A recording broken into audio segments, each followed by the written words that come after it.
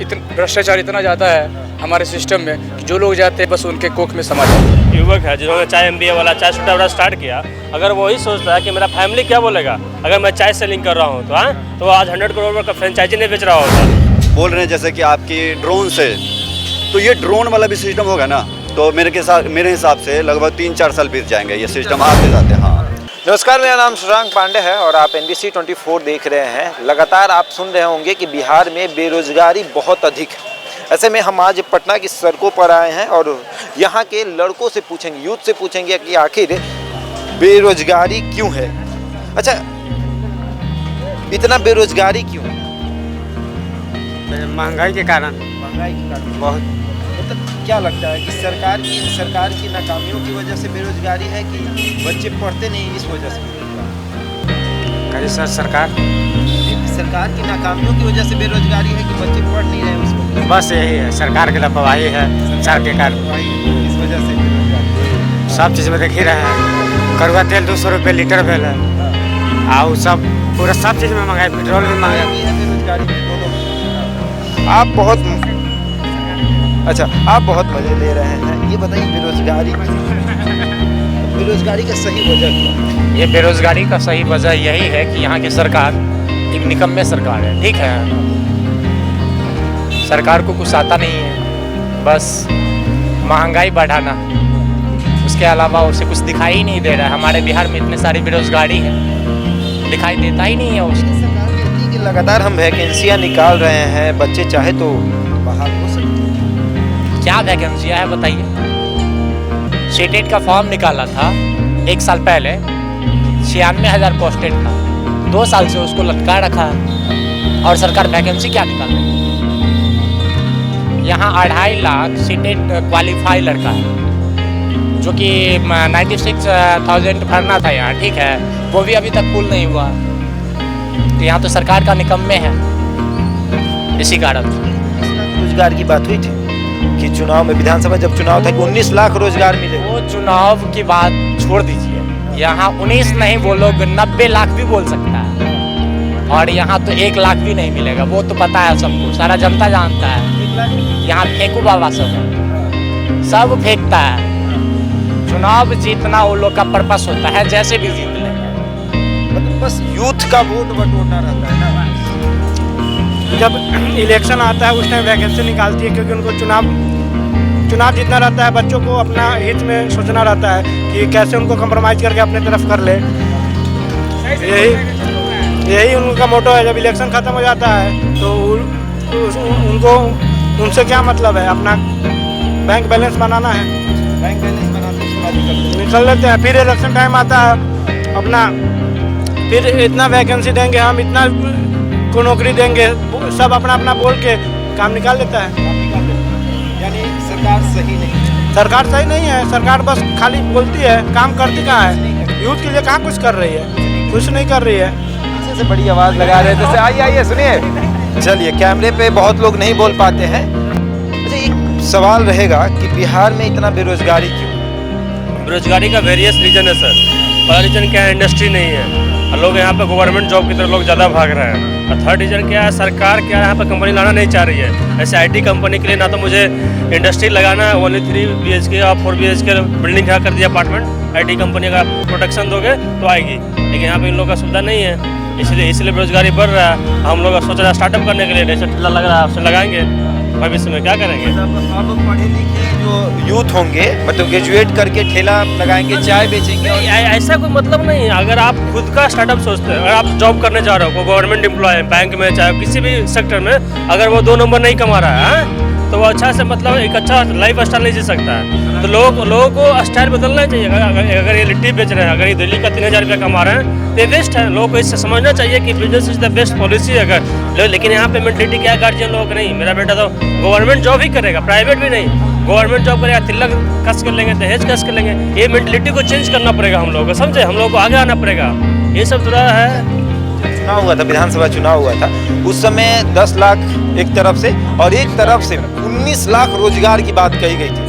आज 1 साल होने जा रहा है, कितना रोजगार? नहीं, बिल्कुल भी रोजगार नहीं है। हमारा सिस्टम इतना भ्रष्ट है। सिस्टम में जो भी लोग हैं इतने भ्रष्ट हैं कि वो रोजगार के बारे में सोचते नहीं है। वो सिर्फ अपने रोजगार के बारे में सोचते हैं, हमारा इनकम कैसे हो।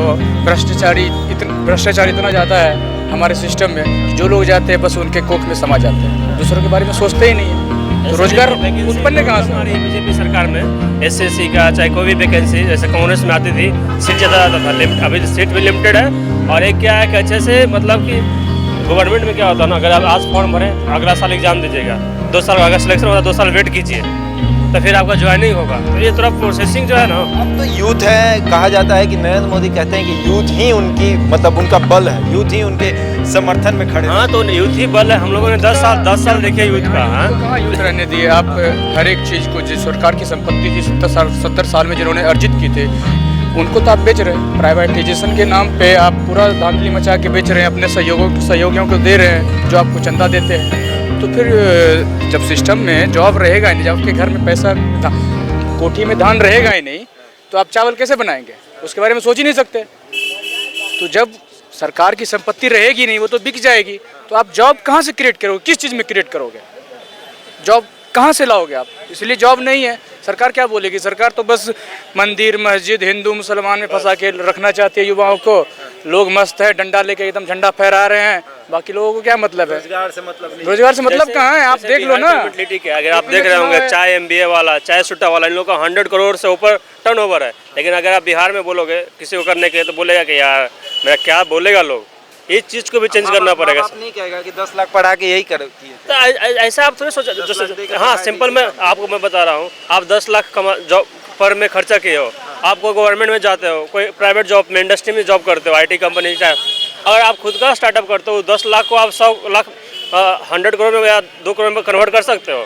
लेकिन आप 10 लाख को आपको कमाने के लिए IT सेक्टर में आपको 1 साल देना पड़ेगा। समझे? जो बात आप कह रहे हैं ये संभव है? एक बात बताइए, सवाल ये रहेगा कि आप कह रहे हैं कि सभी लोग अपना अपना स्टार्टअप करें। हाँ, सभी लोग अगर नहीं अगर सभी लोग जो यूथ है जो बेरोजगार है, अगर सभी लोग ये ठेला लगाने लगे तो चलेगा बिजनेस? चलेगा।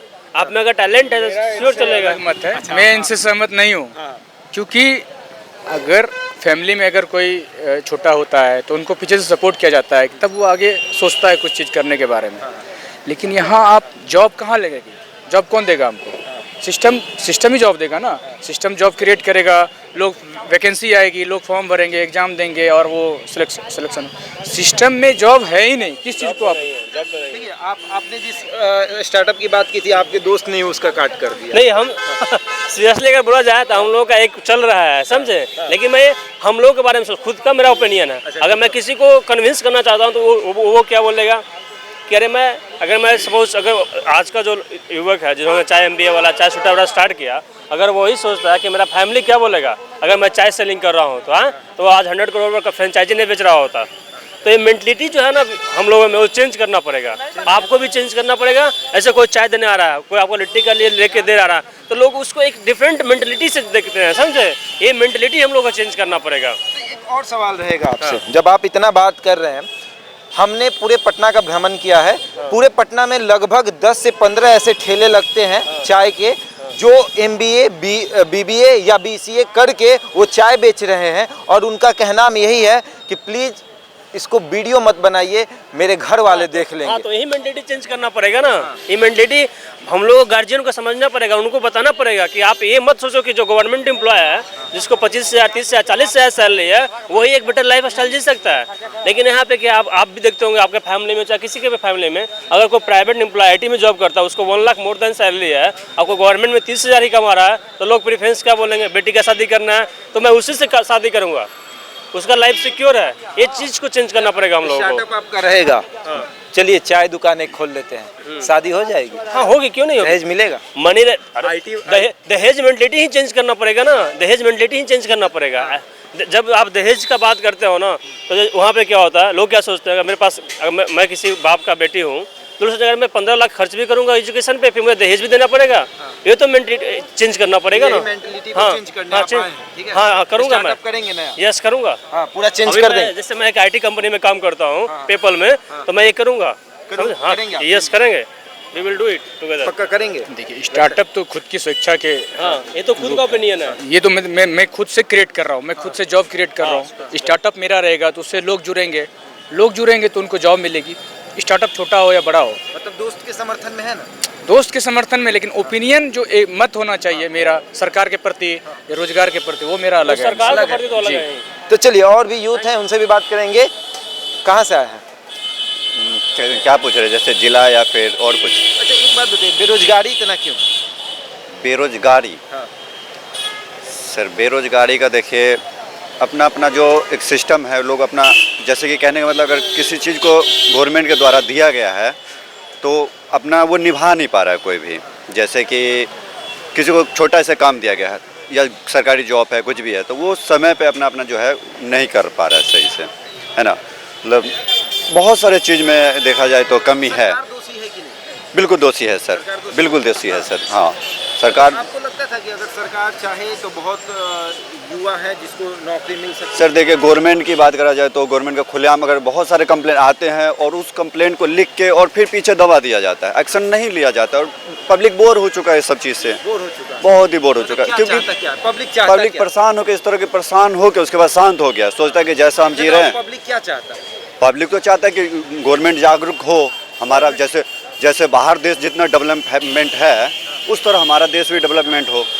हर चीज़ अच्छा काम कर रहे हैं। नीतीश कुमार का देखा जाए तो देखिए ओपनली हम मीडिया पे बोलना चाहेंगे कि शराबबंदी के लिए उन्होंने बोला कि हम शराबबंदी कर रहे हैं, इस मुद्दा पे हम बात करना चाहेंगे, बात करना चाहेंगे।